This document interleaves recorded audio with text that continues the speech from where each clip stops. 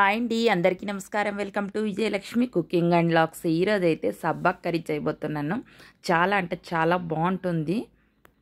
అయితే సబ్బాక్ని కట్ చేసి బాగా శుభ్రంగా 3-4 సార్లు కడిగేసిన తర్వాత ఇలా ఓ బౌల్లో పెట్టేసుకోవాలి.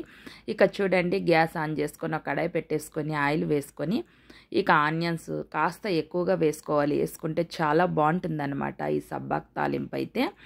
ఇక చూడండి, ఆనియన్స్ కాస్త కలర్ వచ్చిన తర్వాత టమాటా ముక్కలను వేసేసుకోండి. టమాటా ముక్కలు కూడా కాస్త ఎక్కువగా వేసుకోండి, చాలా బాగుంటుంది.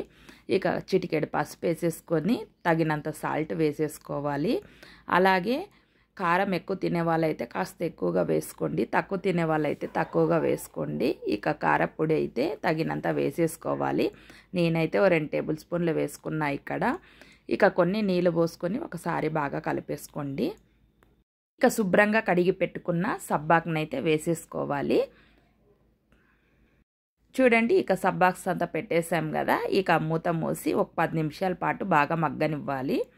చూడండి, 10 నిమిషాలు అయిన తర్వాత మగ్గిపోయింది కదా. ఒకసారి బాగా కలిపేసుకోవాలి. ఇప్పుడు కచ్చపచ్చగా దంచుకున్న వెల్లుల్లి వేసేసుకోవాలి.